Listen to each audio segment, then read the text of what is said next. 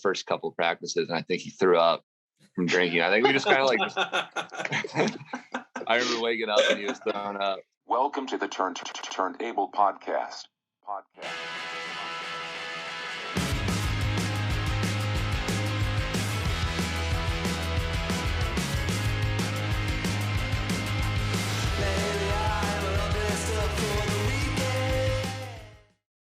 Hey guys, and thanks for tuning in to the first Turnt Abel Podcast episode for 2022.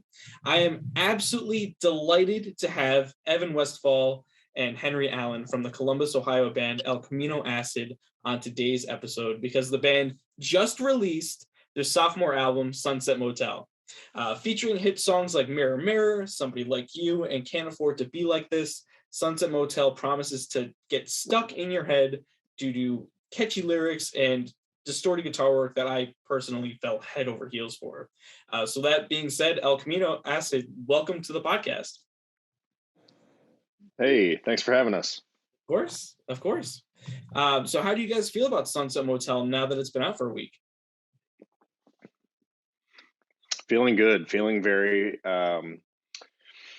very proud and very happy to release it. We recorded it back in July of 2020, so it's been kind of a while since we wrapped, on the production of it and everything. So we've been kind of itching to share it for quite a long time. So feels good. Definitely sounds like it. And your first album was released in 2020 as well. Was that correct? Yep. Yes. Wow. So right off the first album, you guys dove right into the second. That's awesome. Exactly. Yeah. It was we put out the first one in May of 2020. So unfortunately, any plans to tour on it, to support it, were pretty much shot. But that, I think it did kind of, we were fortunate to be in a position where we were able to kind of take some time to, get some writing sessions together and start thinking about, if we can't play shows, if we can't be on the road, then what can we do? And the studio was the answer. So very cool. Very cool. Very productive as well. Yeah. So the artwork for the album features a lot of different images in like this giant collage. Images like a car, a peace sign, and an actual sign that says never ever say never ever. How did you guys create the artwork for the album? You want to take that one, Ev? Yeah, that was just our buddy Austin Stirpka, who we knew from college at Ohio University, and he's out in LA now, doing his collage art for bands and other artists. So that was a no-brainer, really. We love his work, and he was really pumped for the opportunity. And I don't think he'd ever made like an album cover like that before, so he was really excited about doing it, the idea of it. And so just a buddy helping buddies, Sweet. Did he already have the collage idea in his head, or did you guys present different ideas to him?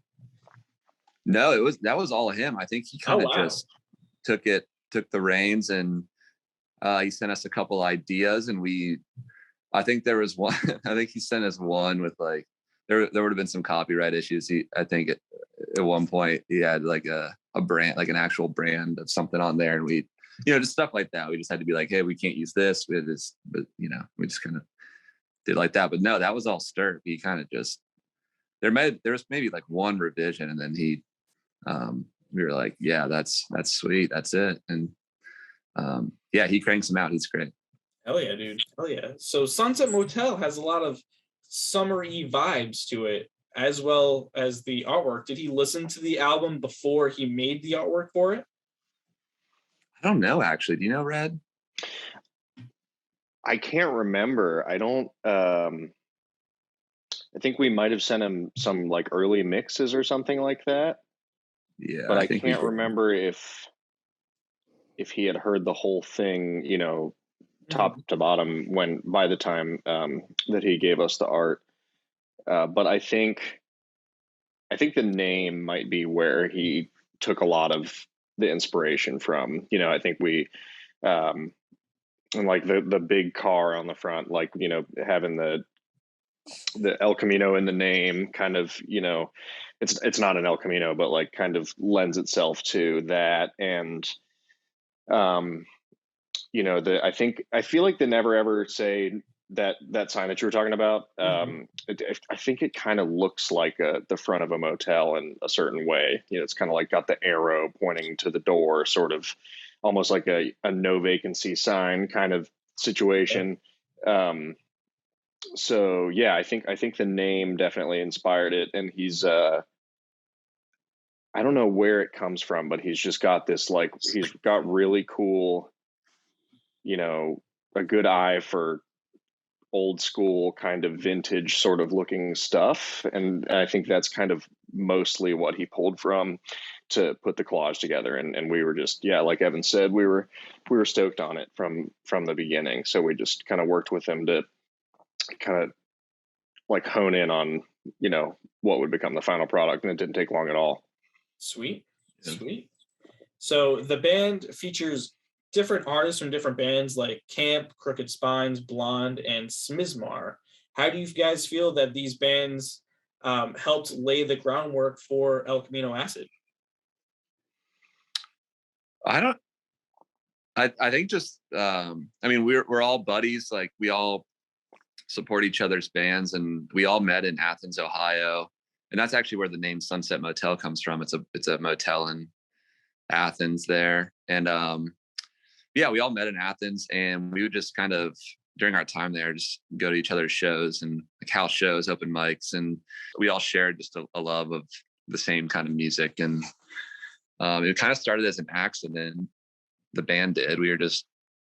Henry was in Cincinnati at the time living, and Connor was living in Yellow Springs, and they were both in town in Columbus. And we we're just jamming at my house and kind of showing each other's songs that we had written. And and just tried jamming a couple, just trying to come up with some off the top of our heads and stuff. Like DVD was written off the first album, and like Henry wrote that. We were just in the basement one of those first couple days we'd gotten together, and like I remember leaving that day, and we were like, we should just start a band and do it. So it just, I don't know, there's just like this Athens, Ohio chemistry, I guess, to answer your question. Sweet, very cool. Now, is this motel?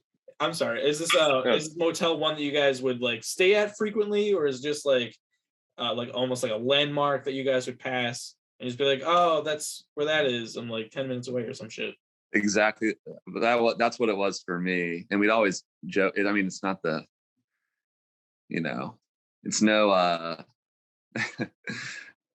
no like Hilton or anything. It's like, it's kind of a tragedy. Hotels. We'd always make jokes about, staying there. And maybe I will someday. I'm not sure. Maybe I will have a night. Maybe we should have a night there, Red, just to celebrate. Yeah, I've never been either. But it's kind of like on your way into town from one direction. There's obviously a couple ways into town, but there's from one of the highways. If you take a specific exit, you pass it to get to the university and to the west side of town, where we ended up living for the latter years of being in college there. And so there's a really cool sign out front. It's not really represented on the album cover, but it's a cool, like, unique old school motel sign. So that's where that inspiration came from. And I think we wanted to kind of, we're all in Columbus now, but I think we kind of wanted to like allude to the time in Athens where we all met. And I was just going to say a minute ago that I think the other bands, there was an interesting part of it in my mind where I think Camino came from, like, the other bands definitely have rock and like alternative rock influence going on. Mm-hmm. But I think Camino was kind of, for all of us, a way to say, like, why don't we just get like more garagey and more alternative and louder and more riff inspired, and then see where that takes us. And so that's why I think the basement, like, you know, Miller Lite fueled writing sessions ended up being productive, because that was where we started. That was our jumping off point, was like, let's make it louder and kind of less like clean, because a lot of the other stuff that we were writing at the time for like different projects was really, like, at least me personally, was a little more like dream pop, or like the Smizmar is a project that I was in that's kind of a little more like, I hesitate to say math rock, but it's a little more like busy and articulate and kind of clean usually. And so with the ECA stuff, it was like, let's, kick the distortion at the risk of sounding corny. It's like, kick the distortion pedal on, crank it up, like, see what happens. So yeah, first couple of practices, and I think he threw up from drinking. I think we just kind of like, I remember waking up and he was throwing up, and I remember hearing it, and I just think, that's what it was. Just buds, just playing loud music, drinking beer. It's just how it. Yeah, it was good. Oh yeah, sweet. How long have you guys each been playing music for? I started playing drums when I was 13, I think. So. And you're what? Coming you're up on 6 now? 40, yeah, 48. No, yeah, I've been playing drums for like 13, 14 years now. Yeah, I'm 26. So yeah, something like that.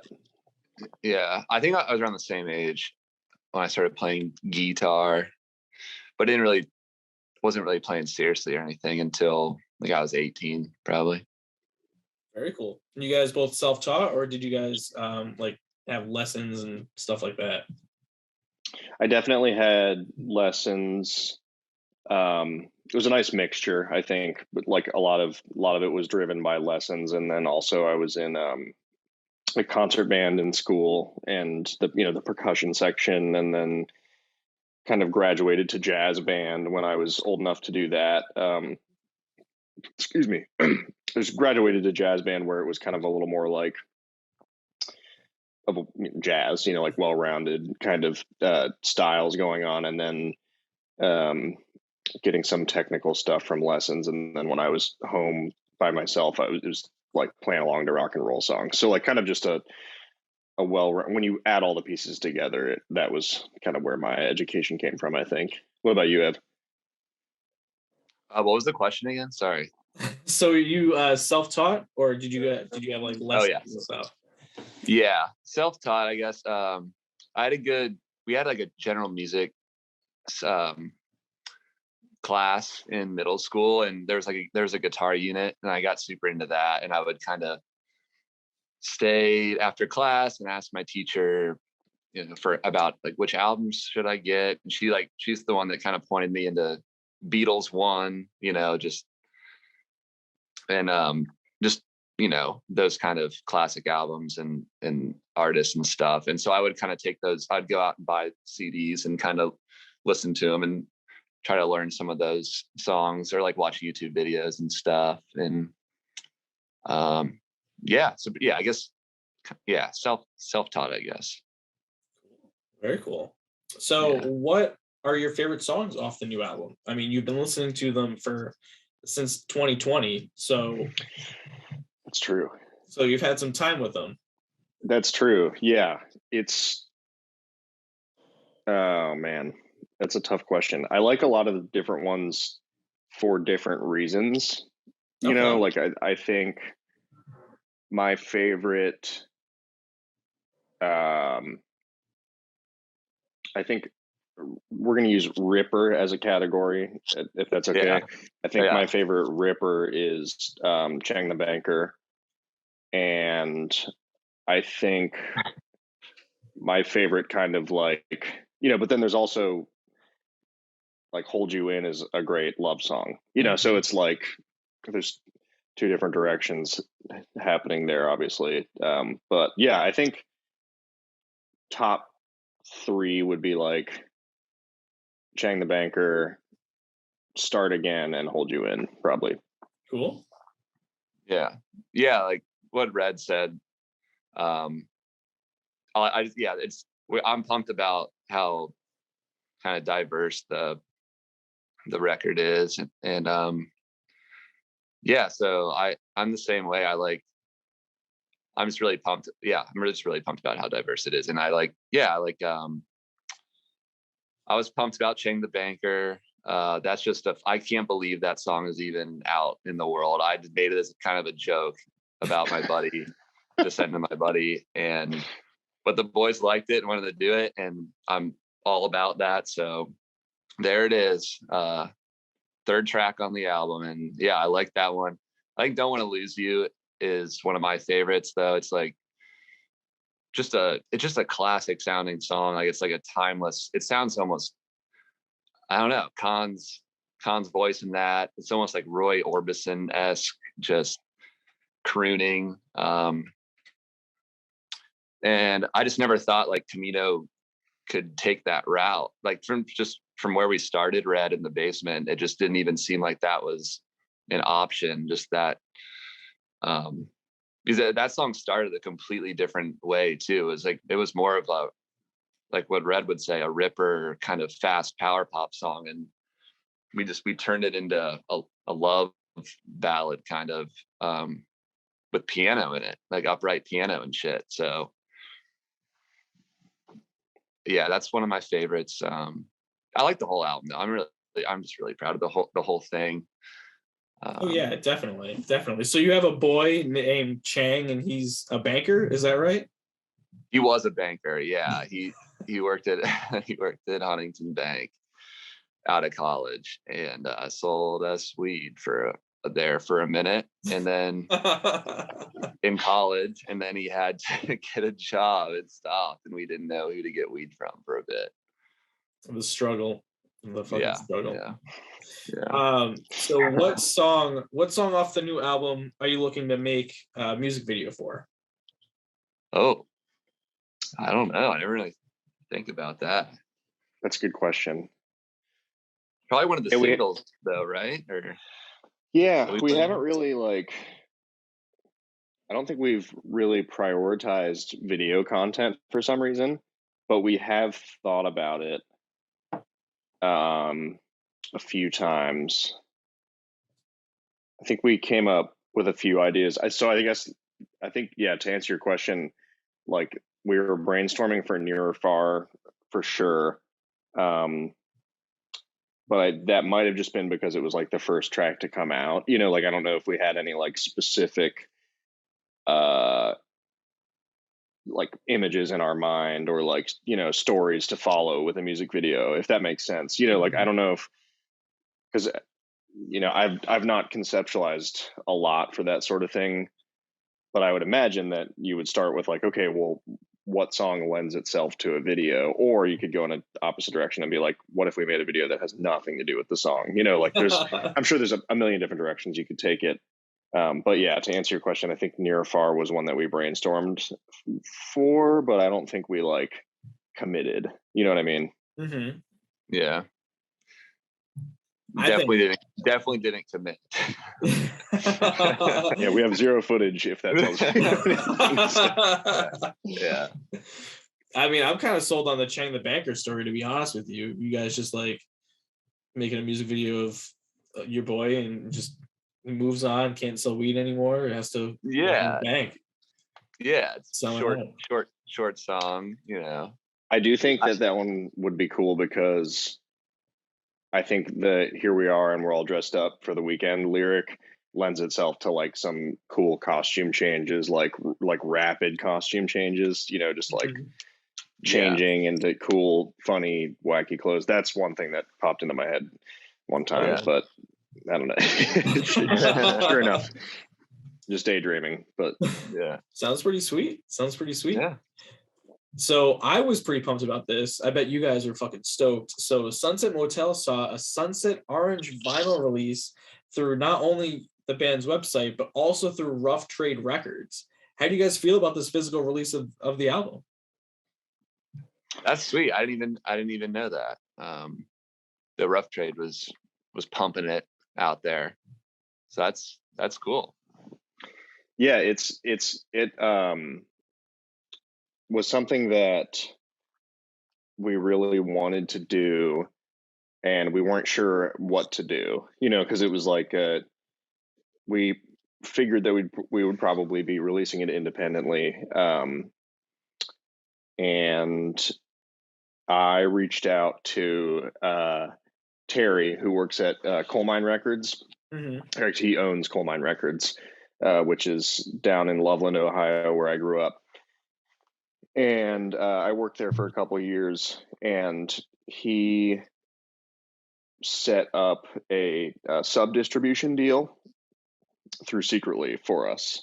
So Secretly is distributing the records physically and digitally.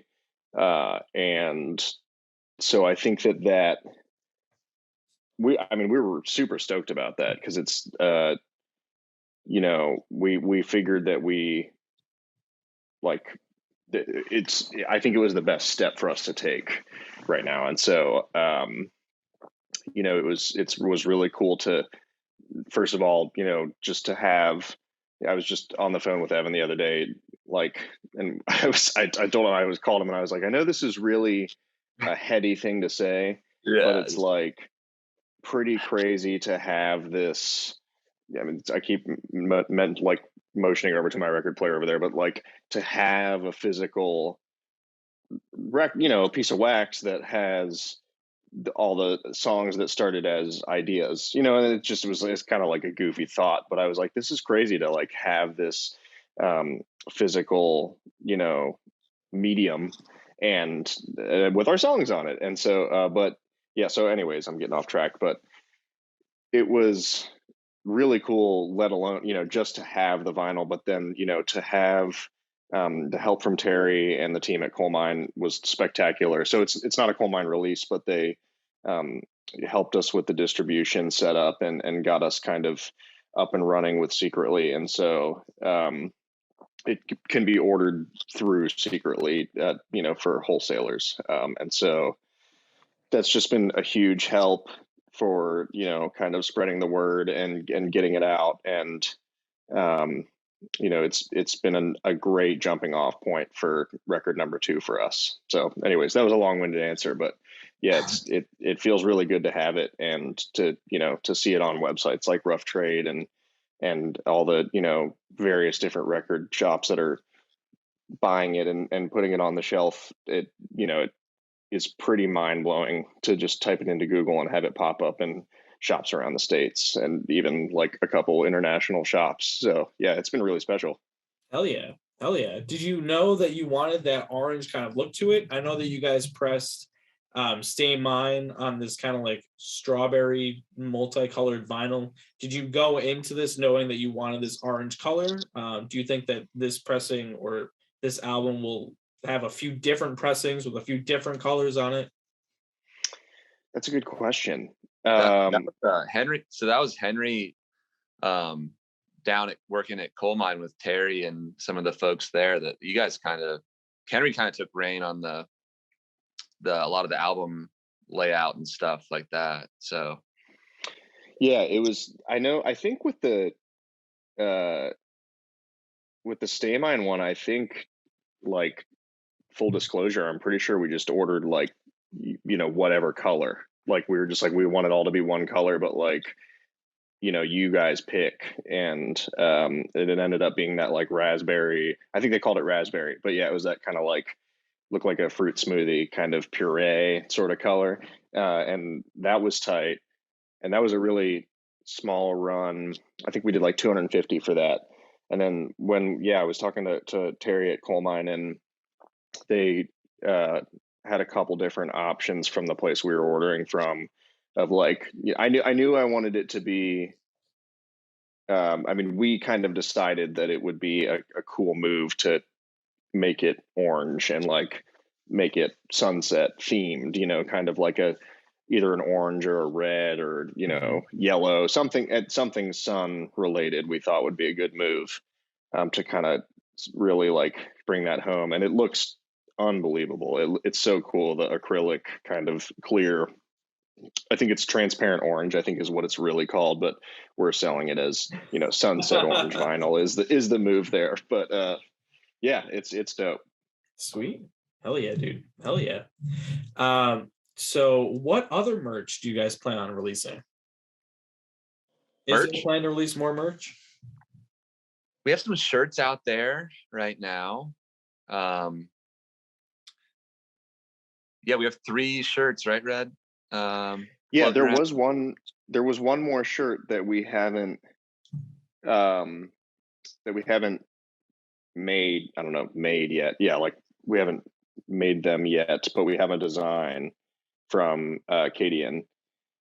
And Cadian from Twin Peaks was posting a little while ago on Instagram that he was offering design services, and so we hit him up, and he did the one that you probably have seen on either on our website or our socials, that has the kiss, like the hit the road and the kiss the sky, the lipstick. He did that one, and there's one more that he did that we really liked, and we haven't produced the shirts yet, but that is an option. But yeah, otherwise we haven't really done a whole lot of merch brainstorming for next steps. Gotcha. So the band just performed on Friday, January 21st, to a sold-out show, if I'm not correct, with the Cordial Sins. How did it feel like to play these songs live for the first time? Oh, it was fantastic. It was fantastic. Still kind of weird with COVID shit going on, but no, it was what we had dreamed about, playing. We've been sitting on those songs for so long, and people, it was just cool to see. We'd put out 4 singles. We played on the day that the album came out, so people probably didn't really know the full album yet, but it was really cool to see the singles that we played that night off the new album. People knew those at least, and yeah, it just made me pumped about the future of this band and the possibilities, because it just kind of started out as a fun thing to do. And, we all, it's kind of a project where we all get off the road with our other bands and get together and play a fun couple hometown shows. But that just fired me up for what we could do, regionally and around the country someday, and depending on how people like the album. And so yeah, that was a great first show, with the new album out. It was perfect. Sweet. Excellent. Awesome. So what music are you guys currently working on? You guys started working on this right after the first album. Is it safe to say that there's more music coming out before 2023, or do you think that you'll wait until then for another album? We haven't really talked about it that much. I know we were trying to get together pretty soon, just to kind of pick around on some new ideas, and there's some voice memos floating around of other ideas and stuff. Yeah, we would like to get into the studio at some point this spring probably, and just see what happens. No, I think we're just going to kind of enjoy the ride with this album for now, and yeah, see how it is. And I don't know, every once in a while we'll get together and work on new songs, but I'm just trying to enjoy the release for now and not really think about a new project right now, because this one's just been in the works for so long. So I'm gonna actually kind of try to sit back and enjoy it, and celebrate this one for now. Definitely. Speaking of riding this out, is there any plans to tour for this album, or do you guys think you'll just stay in the Ohio area? We're always talking about it. Aren't we, Red? Yeah, it's definitely something that we've floated a few times, and kind of trying to see if something lines up for all of us, and if there's something that makes sense, scheduling wise, and then I think we kind of figured that we would potentially hop on like a support if somebody asked, just so that our first time branching out further than I think the furthest that we've gone is West Virginia or, like Cleveland. I don't even know if did we? I don't think we, you know what I mean? We did Cincinnati one time. Yeah, we did Cincinnati and Athens and Columbus, just kind of Ohio. So my point is, I think, the idea would be that hopefully we could maybe hop on a support thing and like kind of, have a better shot at, playing some shows where, we can sell some more tickets outside of Ohio, I guess is my point. So we're definitely not opposed to the idea of a little run, but it's definitely like it kind of has to like align. Definitely, it's a weird situation, but we'll see. Yeah, like we're not gonna. If someone asks us to do something, like we of course would love to do something. We're not gonna like bang on anybody's door and demand they take some tour or anything like that. But if someone wants to play a fun rock and roll show, chances are your boys would love to. We're picking up. We're picking up the phone. Yeah. Sweet. So nothing as of right now, but you guys have like an open door to it. Absolutely. Yeah, we're single. Yeah, we're single. We're looking for a tour mate. Sweet. Awesome. Well, I'd love to see you guys come to the East Coast. That should be dope. You're in Rhode Island. Yeah, where are you? Rhode Island. Nice. What's the scene like out there? I'm curious. It's not bad. It's kind of punkish in Providence. That's where you are, Providence? Yeah, just outside Providence. Cool. But a buddy of mine is actually from Sandusky, Ohio. Yeah. Okay. Yeah. He says it's the most boring state with nothing else. But I'm like, Columbus seems to be the scene right now. Yeah, I didn't want to say anything, but Sandusky telling somebody that Ohio is the most boring state isn't the best. No,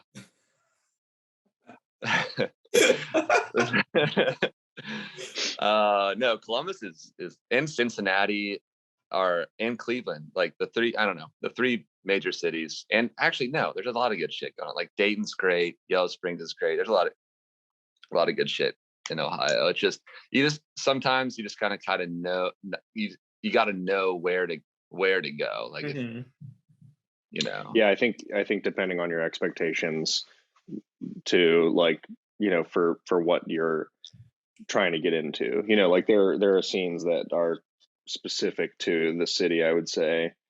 And I grew up in Loveland, which is like about a half hour outside of Cincinnati, and I moved to Columbus last May or June, so like 6.5 months ago, something like that. And I had been up here all the time playing shows and stuff, but even since moving here, I've been very impressed at like how, obviously with COVID and everything and the limitations that has on social gatherings and shit like that, it's definitely limited, but I was impressed with how much you can get into if you try. Like it's musically, you can set up gigs, you can set up art shows, you can go to photo installations, you could go to the museum, you go to the park, you could like, it's just, there's like tons and I guess it's just like a bigger city than what I was used to. I was living specifically in Loveland for quite a while. So but anyways, that's it's a cool city. It's a great space, space. And it's like, I think the people in the scene want to be inclusive. And I think the people who like want to be at the shows and see the music are hungry for more, so I think it just kind of like feeds itself in that kind of way. Nice. That sounds tight. That's dope. It is. Yeah. Columbus scene. It feels healthy. You know what I mean? That's a good way to put it. Yeah, it is healthy. Everyone's lifting each other up, supporting each other's bands, and like I mean, inspiring each other. I think I hear a great song from a local band that like in a healthy way inspires me to want to write something. Try to write something like that, or better or whatever, like in a good way. It's just everyone's kind of, whether they know it or not, or pushing each other to make great music here. But everyone's so supportive and inclusive, and yeah, it's really, really cool what's happening here right now. I'm really pumped about it. That's awesome. That sounds super genuine too. That's awesome. Yeah. So with a few minutes left of the interview, super quick, it was like a minute 48. So super quick. What is your Deserted Island album, if you have one? Great question. Me, time running off the clock. Buzzer beater answer. Runners in the Nerved World by the Sidekicks. Nice. Local band from Columbus, Ohio. Heard that record when I was sometime in college. So 3 or 4 or 5 years ago at this point, but unbelievable top to bottom. It's like a top 5 record for me forever, ever since I heard it. Nice. Evan, what about you?